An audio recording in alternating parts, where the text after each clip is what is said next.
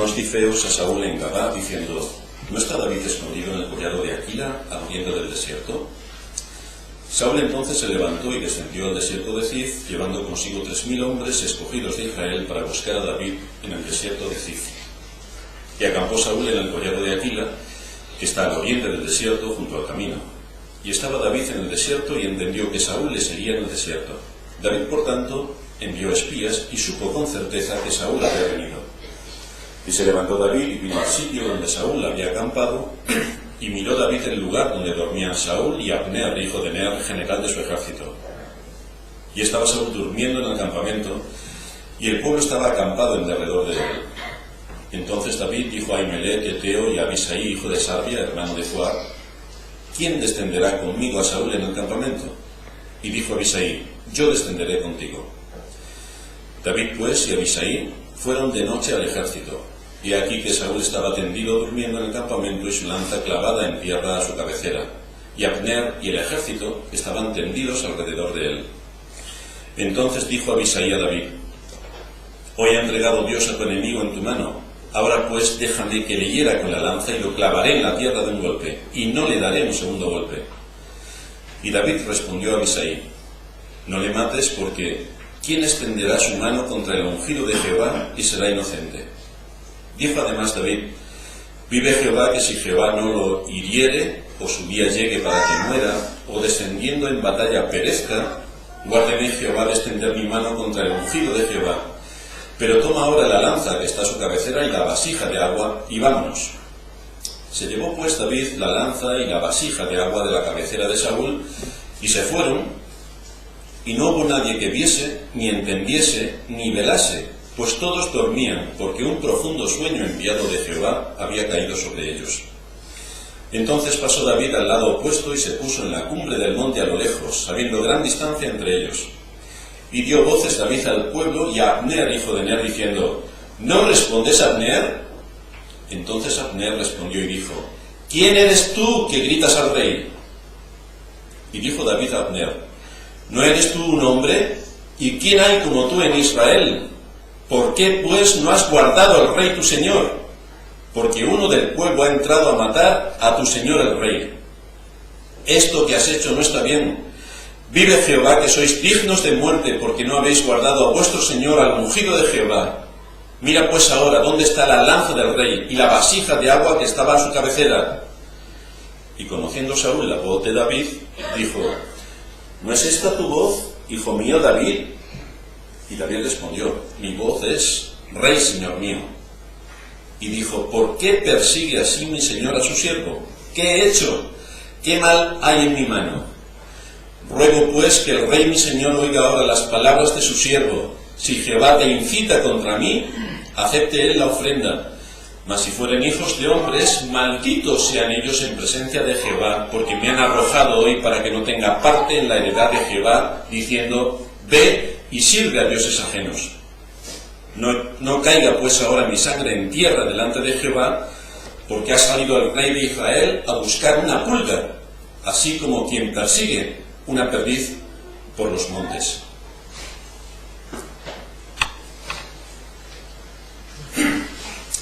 Hemos podido ver cómo la providencia ha puesto de nuevo a Saúl a merced de David, quien podría haberle quitado la vida en una ocasión anterior, y ahora se le muestra otra nueva providencia, y cómo David ha resistido la prueba una vez más. Cómo David no se ha dejado llevar por esta aparente puerta que le ha abierto la providencia, porque estaba suficientemente claro a la vista del ojo humano que esto era una prueba a la que debería sucumbir. Esto nos muestra, ya lo dijimos en nuestro sermón anterior, que no todas las puertas que se nos abren son las que debemos tomar, y la convicción de que esto es así viene por el dato de que si para hacer algo que nos muestre la providencia tenemos que violar un mandamiento, es que ese no es el camino que debemos tomar, y esa puerta que se nos abre no es la que debemos traspasar. Deberíamos deducir que esa es una prueba que ha sido puesta delante de nosotros para saber dónde está nuestro corazón, y por tanto, a la hora de tomar o no tomar esa dirección, se va a evidenciar lo que hay en nuestro corazón y cuáles son los intereses que le mueven. Hemos seguido a David cuando ha entrado en el campamento de Saúl, cuando ha tomado la lanza y la vasija de agua que estaba a la cabecera de Saúl, y después de haber logrado este propósito, David ahora se retira de su enemigo, llevándose consigo una clara evidencia de que había estado en medio de ellos y por tanto con intencionalidad para poder haber hecho algo bastante grave, como hubiera sido acabar con la vida de Saúl, pero para hacerle saber también a su enemigo lo que había ocurrido. Se llevó pruebas que atestiguaran que él podría haber matado a Saúl porque había estado delante de él, a su lado. Dice Matthew Henry comentando este texto: con cuánta facilidad puede Dios debilitar al más fuerte, hacer que el más sabio sea un necio y dejar confundido al más despierto. David resolvió de todos modos esperar hasta que Dios viera conveniente vengarlo en Saúl. De ninguna manera él iba a forzar con métodos dudosos su camino hacia la corona prometida. La tentación era muy fuerte, pero si se rendía, pecaría contra Dios. Por tanto, resistió la tentación y dejó las cosas en las manos de Dios. David hizo lo que debía hacer. No atentó contra ningún mandamiento. Fue respetuoso hacia la figura del rey y se mantuvo en su posición. Pero fijaos que a la vez que David está metido en este campamento enemigo, entre comillas, porque eran los de su propio pueblo, pero a fin de cuentas le estaban persiguiendo, aunque David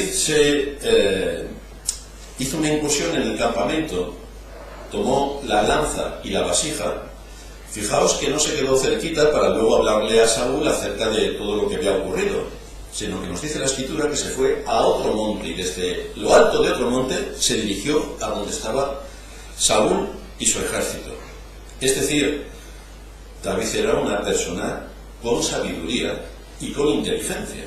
Se alejó lo más posible de su enemigo para que no tuviera la oportunidad de atentar contra él en cuanto se despertase el ejército. Y buscó, por tanto, un lugar desde donde el sonido de su voz llegase nítidamente, porque había un mensaje que transmitir. Dice el versículo 13 y 14 que David pasó al lado opuesto y se puso en la cumbre del monte a lo lejos, habiendo gran distancia entre ellos. Por eso nos dice la Escritura que tenemos que ser astutos como serpientes y sencillos como palomas, pero hay que ser astutos contra nuestros enemigos. Y dio voces al pueblo, y a Abner, hijo de Ner, diciendo: ¿no respondes, Abner? Entonces Abner respondió y dijo: ¿quién eres tú que gritas al rey? Así que vemos que David dirigió en primer lugar su voz hacia Abner. Abner era el general del ejército de Saúl, por lo tanto debía custodiar su vida, debía cumplir un propósito especial, porque para eso tenía el cargo oficial más alto que hay dentro del ejército. Al parecer tuvo que llamar más de una vez antes de que Abner despertase de su sueño y se diera cuenta de lo que estaba pasando. Abner había tomado tan a la ligera a David y a sus hombres que no había considerado necesario mantenerse despierto ni mantener vigilantes que estuviesen atentos por si alguna incursión se realizaba en el campamento. Simplemente se dedicaron a dormir, como si no pasase absolutamente nada. La fuerza de la pregunta de Abner era hacia David: ¿quién crees que eres que abordas de esta manera al rey de Israel? Eres un irresponsable. Pero David respondió a Abner: ¿no eres tú un hombre? ¿Y quién hay como tú en Israel? ¿Por qué pues no has guardado al rey tu señor? Porque uno del pueblo ha entrado a matar a tu señor el rey. Aquí lo que vemos es que cuando el temor de Dios gobierna el corazón, el creyente no se dejará intimidar. No se dejará intimidar. ¿Quién eres tú, David? Pues David responde: cuando el temor de Dios está en nuestro corazón, el creyente no se deja intimidar. Hay casos claros en que tenemos que hacer una defensa de la fe y de nuestras convicciones, pero debemos estar seguros de que estamos honrando a Dios con lo que estamos haciendo y de que nuestra causa es justa, porque si no, no podremos hacer una defensa de nuestra fe ni de la posición en la que tenemos. Hay que usar la inteligencia para no quedar al alcance de los malos, como hizo David, pero hay que reprender los hechos de los malos. Tenemos casos como Pablo ante Agripa, y él se defendió, aunque estaba delante de un cónsul. Tenemos el caso de Lutero ante la dieta de Worms, donde estaba el emperador Carlos V, el hombre más poderoso de la tierra en el momento, y Lutero defendió sus convicciones con argumentos. Tenemos el caso de John Knox ante María la Sanguinaria. Se llama María la Sanguinaria. ¿Ya imagináis lo de la sanguinaria por qué le viene? Pero él defendió la fe delante de María la Sanguinaria. Así que para defender nuestra posición debemos tener claro en quién creemos y que nuestra causa sea justa. Y esto es lo que hizo David. Tenía claro en quién creía y sabía que su causa era justa. Por lo tanto, argumentó en contra de lo que Abner le estaba diciendo. Con sus palabras, David estaba dejando en evidencia al ejército de Israel. Y entonces carga sus acusaciones contra Abner, el general, el máximo responsable, y lo acusa de negligente. Fijaos que en primer lugar le recordó su papel en cuanto a que era un hombre valiente, que tenía una gran posición, y por lo tanto, siendo valiente y ocupando el cargo que ocupaba en el ejército, debía proteger al rey. Esa era su máxima responsabilidad. En segundo lugar, le hizo ver que no había otro como él en Israel, que era el general del ejército, no era cualquier persona, no era un soldado común, era el general. Y en tercer lugar, le informó de que la vida del rey había estado en peligro como resultado de su negligencia. Por lo tanto, le acusó severamente. Pero fijaos el lenguaje que utilizó. Ni le insulta, ni atenta contra su dignidad, sino que pone en evidencia los hechos. Y hay que afirmar en el versículo 16: esto que has hecho no está bien. Vive Jehová, que sois dignos de muerte, porque no habéis guardado a vuestro Señor, al ungido de Jehová. Evidencias. Mira pues ahora dónde está la lanza del rey y la vasija de agua que estaba a su cabecera. Esto es una evidencia de que he estado ahí, de que he estado a la cabecera del rey, de que podía haber matado al rey, de que eso podía haber sido hecho. Según la ley, tanto Abner como sus oficiales eran dignos de muerte. Así que estamos hablando de algo de enorme gravedad. La evidencia que David puso ante Saúl y ante el ejército de Israel era de enorme gravedad. Pero en el trato hacia Abner, David fue completamente respetuoso. Estuvo en su lugar, le reconoció como un hombre valiente, le reconoció como general del ejército, le dio la posición de autoridad que Abner tenía. Pero también tuvo el valor de identificar su negligencia con pruebas sólidas, no de acuerdo a su opinión. No es que a mí me parece, no. Aquí están las pruebas. Aquí están los hechos. Y es que la lanza y la vasija del rey que estaban a su cabecera están en mi poder. Y esto era incuestionable, lo cual dejaba en evidencia la situación de Abner. En todo este entorno en el que se están cruzando estas palabras entre el general del ejército de Saúl y David, habla Saúl, versículo 17. Conociendo Saúl la voz de David, dijo: ¿no es esta tu voz, hijo mío David? Qué tierno, qué tierno. ¿Y por qué lo está persiguiendo? ¿Por qué lo quiere matar? Hijo mío David. Y David respondió: mi voz es rey, señor mío. Fijaos la deferencia que David tiene hacia el rey a pesar de que le está persiguiendo. Cómo mantiene intactos los principios de autoridad, cómo se somete a lo que Dios ha establecido, cómo se humilla ante el mandato de Dios de respetar a las autoridades. El rey reconoció la voz del que denunciaba a Abner y entonces se dirige a David en términos de cordialidad: mi hijo David. Así encontramos otro ejemplo más de la inestabilidad y la inconstancia de este hombre, que no nos muestra otra cosa sino un corazón completamente impío, completamente perdido. Un día tiene sed de sangre y al día siguiente: hijo mío David, hijo mío. A pesar de la inestabilidad de este hombre y de su malicia, continuamos diciendo y viendo cómo David respeta su oficio y su posición, cómo se muestra prestando la debida deferencia al trono, cómo reconoce que Saúl es su soberano, a pesar de que le persigue. Esto nos muestra que David no era un rebelde, no era un rebelde. No cuestionaba absolutamente nada en cuanto a los principios de autoridad. Y la evidencia es que sigue manteniendo su fidelidad al trono, sigue reconociendo al rey y sigue sometiéndose a los dictámenes del rey. Así que añade en el versículo 18 y 19, ¿por qué persigue así mi Señor a su siervo? Fijaos cómo él mantiene a cada uno en su lugar. El rey, mi Señor, yo, su siervo. ¿Qué he hecho? ¿Qué mal hay en mi mano? ¿De qué se me puede acusar? ¿Cuáles son las acusaciones que se vierten contra mí? Y vemos que en todo esto David no está pecando, está poniendo cada cosa en su lugar.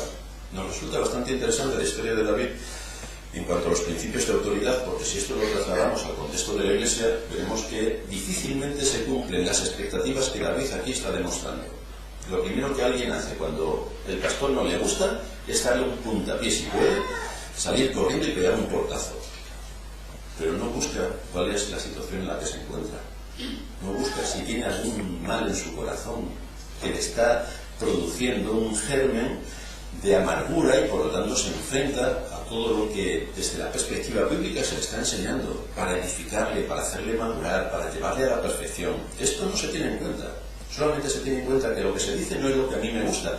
Y como no es lo que a mí me gusta, y no me importa nada lo que diga la Biblia, primero está mi orgullo, mi egoísmo y yo, entonces me voy de la iglesia dando un portazo. Pero aquí no vemos esto en el caso de David. David se somete a la autoridad. Esto es lo que dice la autoridad, que ha sido establecida por Dios con principios claros. No tengo nada más que decir. Me someto a la autoridad. Mi rey, el Señor. Yo, su siervo. ¿Estamos todos claros? Y así sigue David. Versículo 19. Ruego pues que el rey, mi Señor, otra vez vuelve a hacer énfasis sobre la autoridad y los principios de autoridad. Ruego que el rey, mi Señor, oiga ahora las palabras de su siervo. Vamos entonces a ver en qué situación nos encontramos. Vamos a ver, vamos a debatir, vamos a argumentar.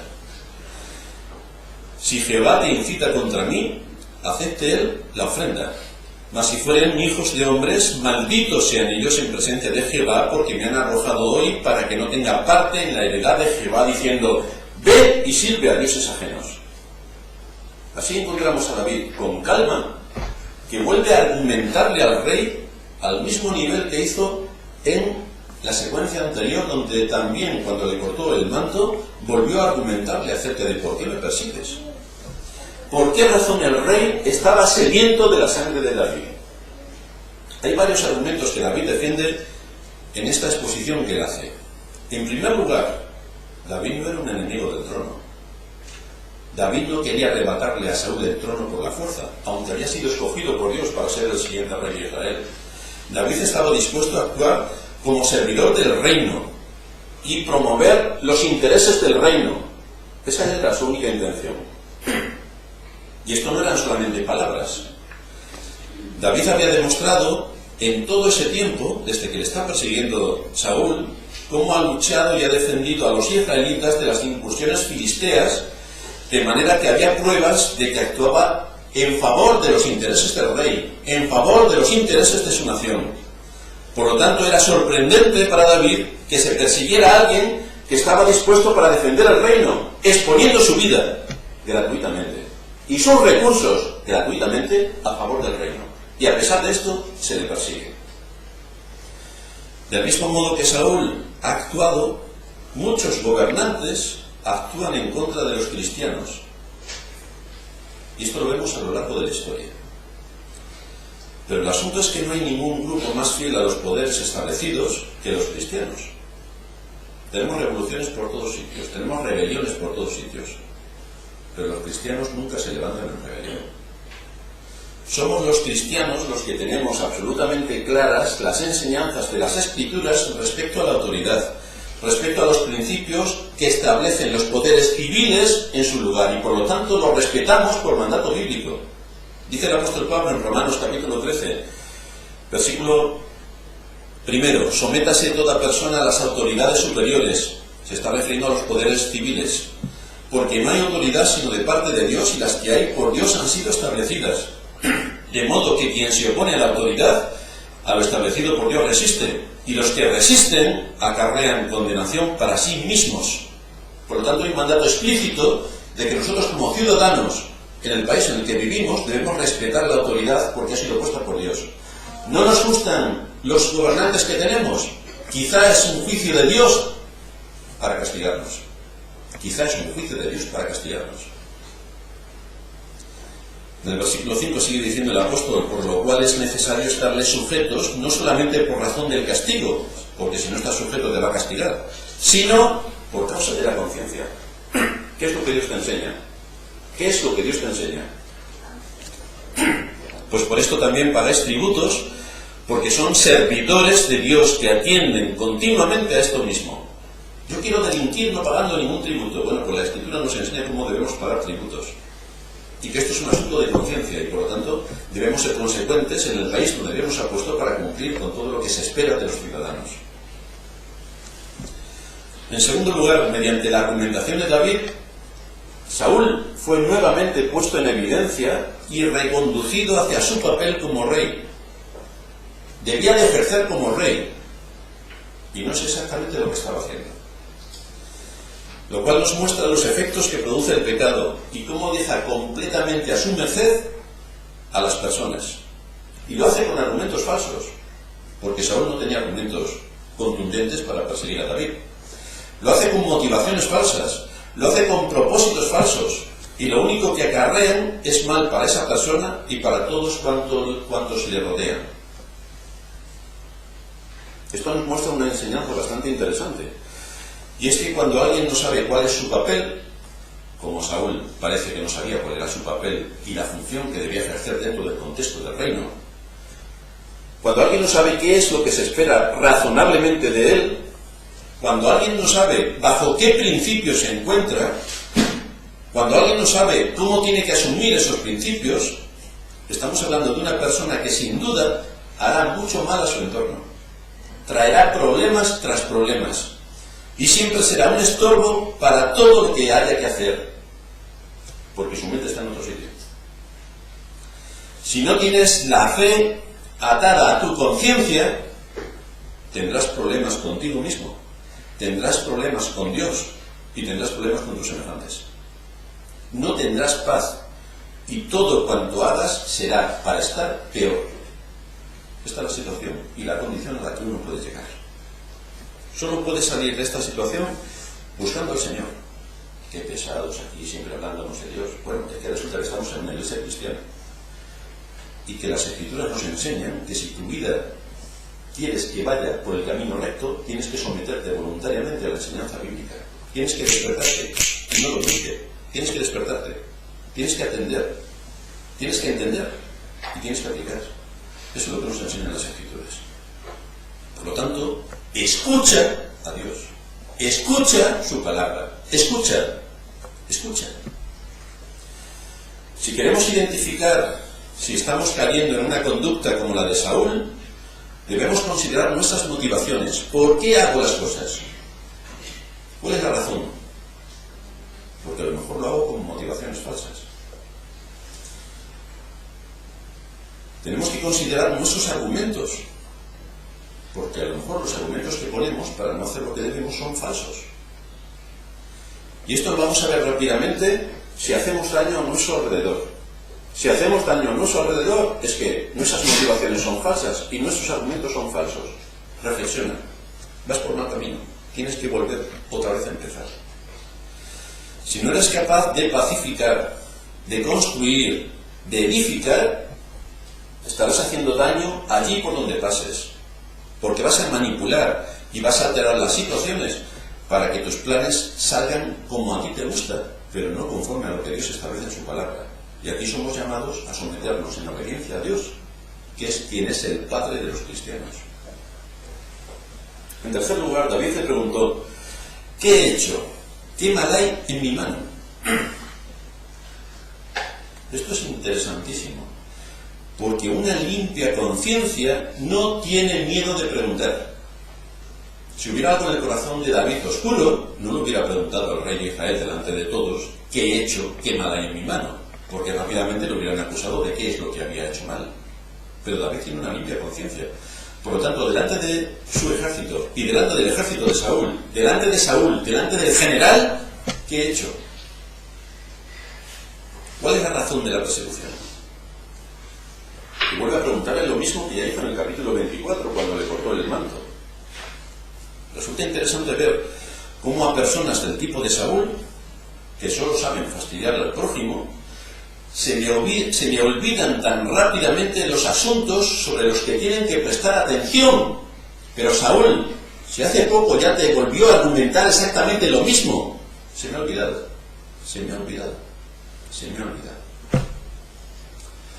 Por eso la Escritura, el apóstol Pedro dice, yo no me cansaré de repetiros y repetiros.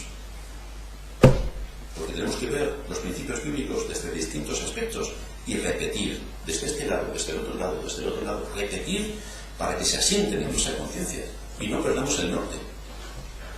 ¿Eres un olvidadizo? Hay que volver a repetirte una y otra vez por qué razón actúas de una determinada manera para fastidiar al prójimo. Hay que repetirlo. Porque si eso ocurre, tienes el perfil de Saúl. Deberías empezar a tomar en serio tu vida. Deberías empezar a tomar en serio tu utilidad en el lugar en el que Dios te ha puesto. Clama a Dios para que te dé un corazón sensible a su palabra. Clama a Dios, suplícale, ruégale que te dé un corazón sensible. Ruégale que te dé amor hacia Él, amor hacia tus semejantes, porque en el fondo es exactamente eso lo que te falta. No tienes amor por nadie salvo por ti. 3 pecados superdimensionados en el ser humano: egoísmo, orgullo, incredulidad. Pídele a Dios que te dé amor por su nombre, por su palabra y por su pueblo. ¿Tomas en serio tu papel? ¿Eres valiente de verdad? Entonces actuarás como David, manteniendo los principios en su lugar, con mucho en contra, bienvenido, con mucho en contra, pero sometiéndote en obediencia a Dios, acatando las pruebas y actuando con fidelidad a su nombre, porque estamos en una batalla y se espera de los soldados que actúen con fidelidad para el reino al que sirven, y nosotros servimos al reino de Cristo. Por lo tanto, actúa con fidelidad. Estos son los 2 caminos completamente distintos que llevan tanto Saúl como David. Anais, cuando era pequeñita, dividía el mundo en 2 grupos: los creyentes y los que se van al infierno. No había más. Y es que bíblicamente no hay nada más. Aquí tenemos 2 caminos: Saúl y David. Y en ellos vemos al hombre del mundo, como Saúl, que acabará en el infierno, que es exactamente donde Saúl está ahora, o el verdadero cristiano, que como David podrá disfrutar del reino de Cristo y todo lo que él en la cruz ganó para aquellos por los que murió. Pero hay unos distintivos especiales que identifican a unos y a otros. ¿Cómo pienso? ¿Cómo entiendo? ¿Y cómo actúo? ¿Bajo qué autoridad estoy? ¿Y qué es lo que se espera razonablemente de mí en el contexto donde Dios me ha puesto? A David, desde luego, le encontramos actuando bajo principios. A Saúl le vemos actuando bajo su interés. Esto es interesante. Los principios están en oposición directa a los deseos. Entonces, tú sigues el deseo de tu corazón, eres un impío. Tú sigues los principios, ahí tenemos las marcas de un verdadero creyente. El deseo del corazón es enormemente poderoso y busca todas las tretas para justificar sus acciones. Pero un corazón enseñable, que tiende a la palabra de Dios, es el síntoma de que allí ha anidado el Espíritu de Dios y de que allí hay vida. Y por tanto esa vida se va a ver en su desarrollo, en sus relaciones con los demás, en su obediencia a Dios y en cómo aplica todo esto a su vida particular. Versículo 19, repetimos: ruego que el Rey mi Señor oiga ahora las palabras de su siervo. Si Jehová te incita contra mí, acepte él la ofrenda, mas si fueren hijos de hombres, malditos sean ellos en presencia de Jehová, porque me han arrojado hoy para que no tenga parte en la heredad de Jehová, diciendo: ve y sirve a dioses ajenos. Es probable que David hubiera hecho una pausa y esperase que Saúl meditase en las respuestas que le iba a dar. Estaba en una gran distancia. Al no recibir respuesta, David continúa con su argumentación. Y David sugiere 2 posibles explicaciones para la sinrazón del rey. La primera, es posible, y esto es algo que David tiene en cuenta, que el Señor utilizase a Saúl para castigar a David, es decir, para someterlo a un juicio. Esta era una posibilidad que estaba en la mente de David, de acuerdo a cómo Dios en su propósito actúa. Dios puede mandarnos un juicio, y lo hace de diversas maneras. Así que cuando estamos en medio de una prueba, de una situación aflictiva, debo pensar si aquello es un juicio que Dios me está enviando. O debo pensar si aquello es una prueba, pero debo pensar las dos opciones, porque es aquí lo que está pensando David. O es un juicio de parte de Dios para castigarme por algo que he hecho indebido y por lo tanto está ejerciendo su poder sobre mí, o es una providencia aflictiva, una prueba que tengo que superar. Por lo tanto, David pensó que el Señor podía levantar a Saúl contra él. Dice el libro de Lamentaciones, en el capítulo 3, versículo 33, porque no aflige ni entristece voluntariamente a los hijos de los hombres. No lo hace voluntariamente, sino que lo hace de acuerdo a sus propósitos. No es algo que entra dentro del capricho de Dios, sino que entra dentro de su propósito eterno en corregir nuestros caminos, y lo hace enviándonos juicios. David esto lo tiene en cuenta. ¿Será un juicio de Dios lo que aquí está ocurriendo? ¿Será un juicio de Dios? Por lo general, Dios nos da la oportunidad de que nos arrepintamos y que corrijamos nuestros caminos por nosotros mismos, que corrijamos nuestra conducta, que corrijamos nuestra actitud. Pero cuando esto no ocurre, cuando nosotros no nos corregimos, entonces Dios mismo actúa para enderezar lo torcido, ya que nosotros no queremos hacerlo. Fijaos lo que dice el apóstol Pablo en 1 Corintios capítulo 11, versículos 31 y 32. Si nos examinásemos a nosotros mismos, no seríamos juzgados. Pero, siendo juzgados, somos castigados por el Señor, para que no seamos condenados por el mundo. Tenemos un juicio de Dios. Los cristianos piensan que jamás tienen juicio, que esto será para los impíos el día del juicio final. Se equivocan completamente, ya lo hemos dicho aquí en muchas ocasiones. Muchas personas no quieren entenderlo, no quieren verlo y cierran sus oídos para no ver la realidad. Pero Dios envía juicios. Entonces, si cuando envía un juicio yo no corrijo, el juicio va a ser más severo y va a aumentar en intensidad. Cuando yo corrijo, suplico a Dios su misericordia, pido perdón, restauro el agravio y me pongo en mi lugar, Dios me bendice. Por lo tanto, si quiero buscar la paz interior, si quiero encontrar la paz interior y si quiero reanudar mi relación con Dios, tengo que tener en cuenta todo este tipo de cosas. Dios actúa de esta manera con nosotros. O nos corregimos por nosotros mismos, o somos corregidos por Él. Fijaos lo que dice Job en el capítulo 10, versículo 2. Diré a Dios, no me condenes, hazme entender por qué contiendes conmigo. En caso de que el Señor le condenase por algún delito, David debería hacer las paces con Dios. David debería presentar la ofrenda requerida por el pecado. David debería restituir su relación con Dios, porque algo no estaba en su sitio. Por lo tanto, David tiene esto en cuenta. Para nosotros como cristianos esto significa que después de haber sido humillado delante de Dios, debemos venir con arrepentimiento, confesando nuestros pecados, suplicando su perdón, clamando para que la sangre de Cristo borre nuestros pecados y que el Señor nos dé fuerzas para asumir las consecuencias de nuestros pecados, porque esas no desaparecen, las tenemos que pagar, pero tenemos que buscar en el sacrificio de Cristo el perdón de nuestros pecados. La segunda deducción a la que llega David es que si esto no es un castigo de Dios, si no es un juicio de Dios, entonces sería un hecho provocado por los hombres. Hombres que habían incitado al rey para utilizar estas medidas tan violentas y por lo tanto los maldice y les asegura que la venganza de Dios será sobre ellos, porque están atacando a un hijo de Dios. Y esto no queda sin pago, no queda sin pago. Y David se lo está recordando. Pero fijaos en todo este contexto, cómo David no se enfrenta a Saúl. Principios de autoridad. No le insulta. Principios de autoridad. No le desprecia. Principios de autoridad. Achaca la conducta de Saúl a fuerzas externas y por lo tanto mantiene al rey en su posición de integridad y de honor y se dirige a él con absoluto respeto. Hijos, respecto a sus padres. Ojo, que esto separa. Esposas respecto a sus esposos. Ojo, eso separa. Miembros de la Iglesia respecto a sus pastores. Ojo, eso separa. Ciudadanos respecto a los gobernantes de su país. Ojo, eso separa.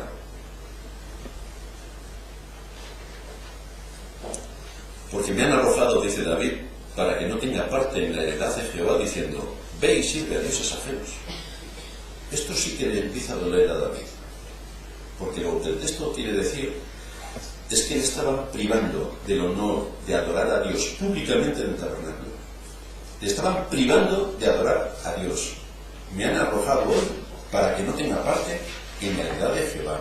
No puedo unirme con mis hermanos para adorar. A nosotros, ¿qué más nos da? Si tenemos una iglesia, la despreciamos. Los que no tienen iglesia, tienen iglesia. Los que tienen iglesia les importa un comino la iglesia. ¿Para qué nos hace falta la iglesia? ¡Qué fastidio ir el domingo a la iglesia! David no pensaba esto. No era la privación de una posición de honor en la corte de Saúl lo que le motivaba y lo que le hacía clamar con estas palabras. No el que haya sido expulsado de su casa, sino el ser expulsado de Canaán. Ser separado de los medios públicos de gracia. Ya no podía adorar en el tabernáculo. Estaba siendo forzado a huir a los desiertos y a las montañas, lo cual le estaba llevando a abandonar la tierra prometida a sus padres, mi tierra. Y por la presión que estaba recibiendo, al alejarse cada vez más de su hogar, de los medios de gracia que Dios había establecido, sus enemigos le presionaban diciendo, ve y sirve a dioses ajenos. ¿Qué más te da? Y esta situación es la que se encontraba haciéndole daño a David. Le estaban presionando para huir al extranjero, donde sería sometido a tentaciones. Allí tendría que vivir entre idólatras, fuera de la comunión con Dios y de su tabernáculo. Y esto era lo que más le preocupaba a David. Esta era su carga, que fuera alejado de los medios de gracia. Esta era su carga. ¿Cuál es la carga de tu corazón? Qué fastidio el domingo te voy a ir a la iglesia. ¿Te molesta venir para hacer uso de los medios de gracia? ¿Te molesta mucho? ¿Te molesta rendir el tributo de una mente que ha sido instruida por las Escrituras para adorar al Dios eterno que nos creó y que nos salvó? ¿Te molesta? ¿Te molesta asumir tu papel como miembro del cuerpo de Cristo con los deberes que esto supone? ¿Deberes? ¿Te molestan? ¿Te fastidian? ¿Te molesta traer tus sacrificios espirituales? ¿De verdad te molesta? ¿Te molesta todavía más que se te recuerden estas cosas? ¿De verdad te molesta? A David no le molestaba. Le dolía. Le dolía no unirse con el pueblo de Dios para adorar a Dios en su día, en el tabernáculo de reunión, con todos los medios de gracia que Dios había puesto para su pueblo. El uso de los medios de gracia le suponía que podía enfrentarse a las pruebas con argumentos, con convicciones, con un corazón sometido en la obediencia a Dios y por lo tanto podría adquirir inteligencia y sabiduría para enfrentarse a las situaciones y a las pruebas. Esto es lo que anhelaba. Esta era la carga de David, no poder estar usando todos los medios de gracia. Esto le hacía a su vez estar disgustado con la religión que Saúl, que Abner y que sus conciudadanos profesaban, porque la adoración de verdad a Dios también estaba ausente en Israel. Estaban practicando una religión falsa, en muchos casos una ausencia total del temor a Dios. Ahí vemos a Saúl. A ellos no les hacía falta los medios de gracia, pero David sí que necesitaba los medios de gracia. Y ahí que veamos cómo actúa David y cómo actúa el resto. Deseando los medios de gracia, anhelando usar los medios de gracia, estar en el lugar que debía estar para beneficiarse de los medios de gracia, y no podía. Y los otros que lo tenían, lo despreciaban. Pues Dios traería sus juicios, y luego iremos viendo los juicios de Dios sobre todas estas personas. Nosotros también vivimos en un contexto supuestamente cristiano, pero nos encontramos con la Iglesia Católica que es idólatra y falsa. Y nos encontramos con la iglesia evangélica, que es una iglesia buenista. Pero entre una y otra no encontramos el cristianismo. No existe. A una y a otra no le importa en absoluto la enseñanza. Los que la siguen no les importa la palabra de Dios. En absoluto. No les importa. Porque no la estudian. Y cuando la estudian no lo hacen con rigor, sino intentando sacar sus prescripciones de las escrituras, manipulándola para que la sensibilidad, las sensaciones y las emociones se disparen. Pero no hay un estudio riguroso de la palabra. No quieren sufrir penalidades como resultado de Jesucristo. ¿Eres cristiano? Tendrás muchos problemas en el mundo. Pero muchos no quieren sufrir ningún problema.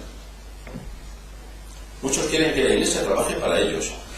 Pero olvidan que ellos deben trabajar para la iglesia. De esto no se acuerdan. Demandan mucho, pero no dan nada. Ponen el listón altísimo para la iglesia. Y para ellos no existe listón. Es que la iglesia no me da lo que yo necesito. Hermano, hermana, persona. Pero tú das a la iglesia lo que la iglesia necesita de ti. No. Porque como la iglesia la paga el ayuntamiento, y todo lo cubre el ayuntamiento, y todo lo que hay que hacer lo paga el ayuntamiento, nosotros estamos aquí a ver qué recibimos. Desde luego, si vienes con ese espíritu, te has equivocado de iglesia y te has equivocado de Biblia. Pero esto no es lo que vemos en David. David asume la posición y el oficio de su rey. Respeta a su rey, honra a su rey y pone su vida, la vida de sus hombres y sus recursos para defender el reino en el cual reina su rey. Si esto no lo tienes claro en el servicio a tu Rey Celestial y a los medios que Él ha puesto en este mundo, aquí tienes un ejemplo a imitar. David, mi ejemplo. ¿Qué hemos aprendido hoy con David? 3 cosas. La primera, que mantiene firme el principio de respeto a la autoridad. A pesar de que le persigue, David sigue hablando del rey como su señor. En segundo lugar, discierne si lo que le ha sobrevenido es un juicio de Dios o una prueba. Piensa sobre ello, medita sobre ello y llega a conclusiones. En tercer lugar, añora hacer uso de los medios de gracia, el estar en el tabernáculo y unirse al pueblo de Dios en la adoración. Le carga su corazón el no poder ser. ¿Qué aprendemos de Saúl? 3 notas importantes. Saúl se le olvidan sus responsabilidades. Se me ha olvidado. Segundo, se vuelve a dar cuenta de su error cuando se lo vuelven a recordar. He sido un necio. Bienvenido, Saúl. No le sirve de nada, porque va a seguir igual. Tercer lugar, como vivió como un necio, va a morir como un necio. Pero observa, hoy Dios te habla de nuevo. Sí, a ti te habla de nuevo. Solamente hay 2 caminos. Uno es el que tomó Saúl, que vivió olvidándose de lo importante, siguió el deseo de su corazón, rechazó al pueblo de Dios, rechazó la palabra de Dios, rechazó a Dios, y hoy está en el infierno. Hoy está en el infierno y no tiene ninguna escapatoria. Otro camino es el que tomó David. Expuso sus recursos, tanto materiales como humanos, para ayudar al pueblo de Dios. Honró a la autoridad que Dios había puesto. Luchó a favor de su reino y del reino de los cielos. No era olvidadizo, sino perseverante. Tenía un espíritu humilde y hoy está disfrutando de todo lo que Cristo ganó para él. La pregunta es, ¿en qué camino te encuentras? ¿Cuál es tu camino? ¿El de Saúl o el de David? ¿Amas tu alma? ¿De verdad amas tu alma? ¿Sabes que Dios te juzgará si no descansas en Cristo, si no confías en Cristo y si no actúas de acuerdo a la fe que en Cristo nos ha sido dada?